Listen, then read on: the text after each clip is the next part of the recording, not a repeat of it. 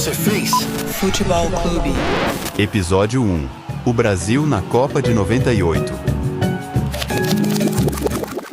Vai partir, vai que é sua, Tafarel! Partiu, bateu, acabou! Acabou! Acabou! É tetra! É tetra! É tetra! O Brasil é tetracampeão mundial de futebol! Este é Galvão Bueno, narrando pela TV Globo.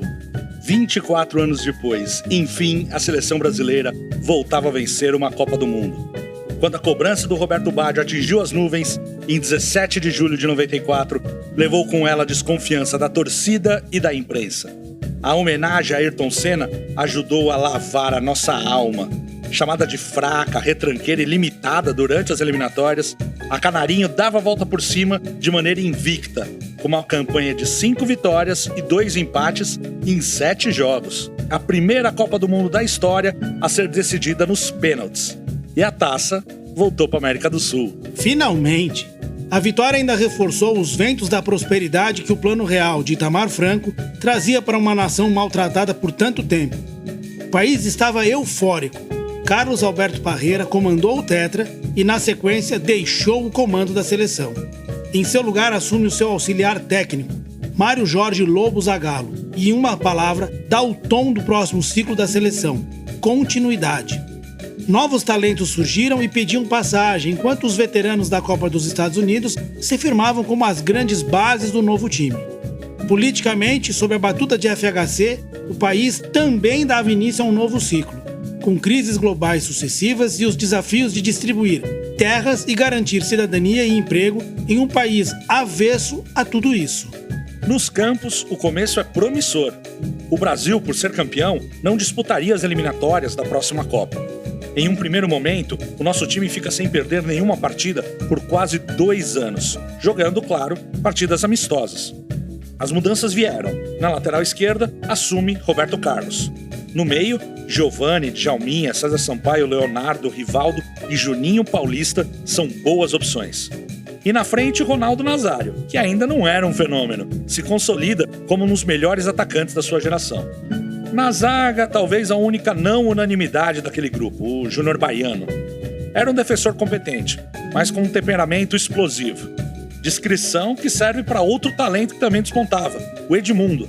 Ele estava comendo a bola entre 96 e 98. Esses e outros novatos se juntam a Tafarel, que seguia grande fase. Além dele, Dunga, Cafu, Bebeto e Aldair seguiam intocáveis em suas posições. E Romário, claro, esse era, cada vez mais, Romário. Melhor do mundo em 94 e possivelmente um dos melhores centroavantes do mundo daquele ciclo entre 94 e 98. Mas a lua de mel acabou com o vice-campeonato na Copa América de 95, aquela do Uruguai. Em 96, já nas Olimpíadas de Atlanta, o ouro não veio. Fomos derrotados nas semifinais pelos nigerianos. Canu Fintou, olha o Golden Goal! Acabou! Golden Goal da Nigéria, Canu! Vai para a final olímpica Nigéria num jogo histórico para a Nigéria. Perdiam por 3-1 para o futebol brasileiro. E não é que eles viraram o jogo. Empataram e no Golden Goal classificam a Nigéria. E este foi Luciano do Vale, narrando pela TV Bandeirantes. Estas derrotas azedaram o clima entre a seleção e a imprensa. Como poderíamos ser pentacampeões com um time que perde para uruguaios e nigerianos? Apesar de não conquistar o ouro na Olimpíada de 96, esses jogos serviram para dar uma cancha aos jovens Ronaldo, Rivaldo, Juninho, Denilson e Roberto Carlos. Mais uma Copa América, agora na Bolívia. E lá vencemos de forma invicta, sendo este o primeiro título sul-americano conquistado fora dos nossos domínios e ainda nos 3.600 metros da altitude de La Paz. Após o apito final, o Zagallo gritou com os repórteres de campo com suas câmeras e microfones, em alto e bom som, desabafando contra as críticas da imprensa. É pra você. vocês sabem quem são. Não preciso dizer mais nada. Vocês vão ter que me engolir.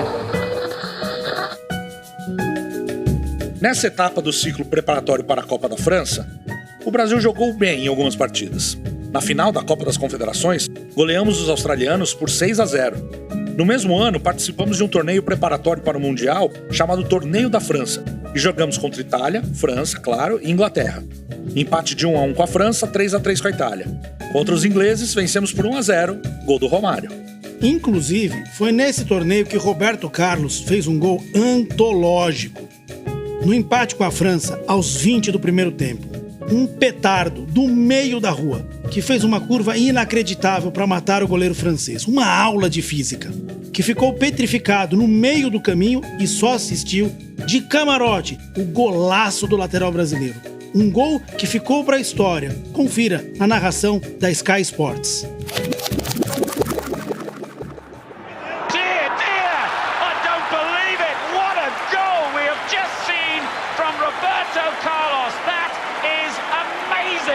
Well, that was what was missing in Euro 96. That is quite incredible. No Brasil, a expectativa por um bicampeonato que não acontecia desde 58 e 62 era bem grande. O time tinha grandes nomes, mas taticamente era muito fraco, limitado. O esquema era um requentado de 94 com 2 volantes à frente da zaga, laterais que apoiavam e mais 2 meias ofensivos que fechavam pelos lados quando o time se defendia. Não pressionava o adversário sem a bola, marcando somente depois da linha que divide o gramado. Nossa! O diferencial era o elenco, que invariavelmente resolvia na frente devido ao grande talento dos jogadores. Porém, se ela não era brilhante taticamente, também eram raras as vezes onde a equipe jogava mal. Era um scratch sólido e experiente, com grandes jogadores ofensivos e uma defesa segura. Mas a nossa sorte começou a mudar ainda em fevereiro de 98. Depois de 2 boas temporadas na Inglaterra, o Juninho Paulista se transfere ao Atlético de Madrid. Durante uma partida contra o Celta de Vigo, Michel Salgado dá um carrinho por trás no brasileiro e quebra o seu tornozelo. Nome constante nas convocações de Zagallo, ele disputava uma vaga no time titular e se torna a primeira baixa daquela seleção. Nossa, uma pena. Conforme a lista ficava mais clara na cabeça de Zagallo, outro craque acabou ficando pelo caminho, Djalminha. Esse é uma pena. Ele, que acabara de chegar à Galícia, estava arrasando no La Coruña. Fruto do fabuloso time do Palmeiras de 96, aquele dos 100 gols. Teve em sua primeira temporada grande destaque. Porém, o La Coruña fez uma campanha fraca na temporada 97 e 98. E ele foi preterido pelo técnico nos momentos finais daquele ciclo. Porém, inegavelmente, a maior ausência da seleção seria o baixinho. Nossa. Faltando uma semana para o início da Copa, Romário, o homem do tetra, é cortado da seleção devido a um estiramento na panturrilha. O caso gera comoção em todo o país, principalmente pela reação do Romário. Após o corte, ele afirma para a imprensa que teria tempo de se recuperar para a segunda fase do torneio e critica muito a comissão técnica, principalmente Zagallo e Zico, coordenador técnico. E o baixinho, marrento como só ele, confirmou o que disse. Um dia depois do Brasil vencer a Dinamarca pelas quartas de final, ele marcaria um gol na vitória do Flamengo sobre o Inter de Porto Alegre, em um jogo preparatório para o Campeonato Brasileiro daquele ano. Inteiro, sem dor, como ele havia dito que aconteceria, meu pai. E para o lugar dele foi convocado o volante Emerson. Meu caro, vale aqui uma observação. Convocamos um volante e não uma reposição de ataque. Portanto, Zagallo e Zico preferiram a defesa que o ataque. Isso pode ser muito revelador a respeito de como eles entendiam o jogo e o contexto da Copa. Com certeza. A fase de grupo foi superada apesar da derrota para a Noruega no último jogo. Nas oitavas, goleada protocolar sobre os chilenos. Nas fases seguintes, tivemos 2 vitórias pra lá de suadas. Nas quartas, um 3-2 sobre a Dinamarca e na semifinal, vitória nos pênaltis sobre a Holanda após um empate no tempo normal. Nesses jogos mais pesados, a ausência do Romário ficou evidente. O Brasil era um time forte nos seus nomes, mas não necessariamente em seu esquema de jogo, como equipe. Chegamos novamente à final, mas sangrando muito mais do que todos gostariam. E no final, todo mundo conhece a história. Ronaldo convulsiona, passa mal, a escalação foi divulgada com Edmundo, pânico no Brasil e na França. Na hora do jogo, Ronaldo começa jogando, o Brasil sentiu e não foi nem sombra do que for até ali. Me atrevo a dizer que o frágil sistema de jogo caiu antes mesmo da bola rolar. A cada disputa de bola onde o Ronaldo terminava no chão, parecia que todos estavam... Todo mundo com medo, todo mundo com o coração na mão. E no final todo mundo lembra. 3-0 fora o baile, fora o show, naquela que seria até então a pior derrota da seleção brasileira em uma Copa do Mundo. Ela sai. Azedou o molho de novo em Saint-Denis. E esse foi o incrível Silvio Luiz narrando o segundo gol da França pelo SBT. Mesmo que Romário não tivesse no seu auge na Copa, eu acredito que a sua presença teria sido fundamental naquele torneio. Além do grande jogador que ele era na época, ele assumiria a responsabilidade do time, sabe? Era ele quem ia procurar a bola, chamar a pressão. Isso faria com que a primeira Copa do Ronaldo fosse mais leve, sem todo o peso e a carga que ele teve que suportar. Ninguém sabe se ele teria convulsão ou Romário no grupo. Mas é inegável que o baixinho deixaria as partidas finais mais simples e, na grande final, certamente seria um outro jogo com ele em campo. Ah, sem dúvida. Podemos falar também da falta que Djalminha e Juninho fizeram ao meio-campo da seleção. Nas partidas das quartas e das semis, a dificuldade de armar a jogada era muito clara. Contra equipes bem postadas, o Brasil sofria para criar, tanto para Ronaldo como para Bebeto. Na famigerada disputa entre quem comporia a meiuca do time de Zagallo, ele acabou dando preferência para Leonardo e deixou Giovani no banco. Particularmente, eu acredito que entre os ausentes, a maior tenha sido do Djalminha. Certeza.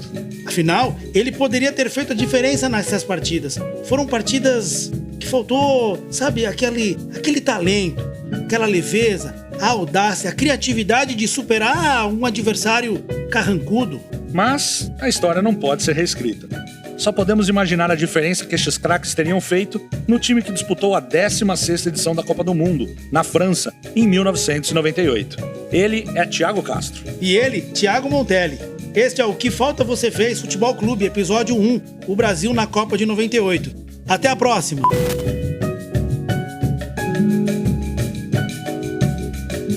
Trabalhos técnicos: Thiago Montelli.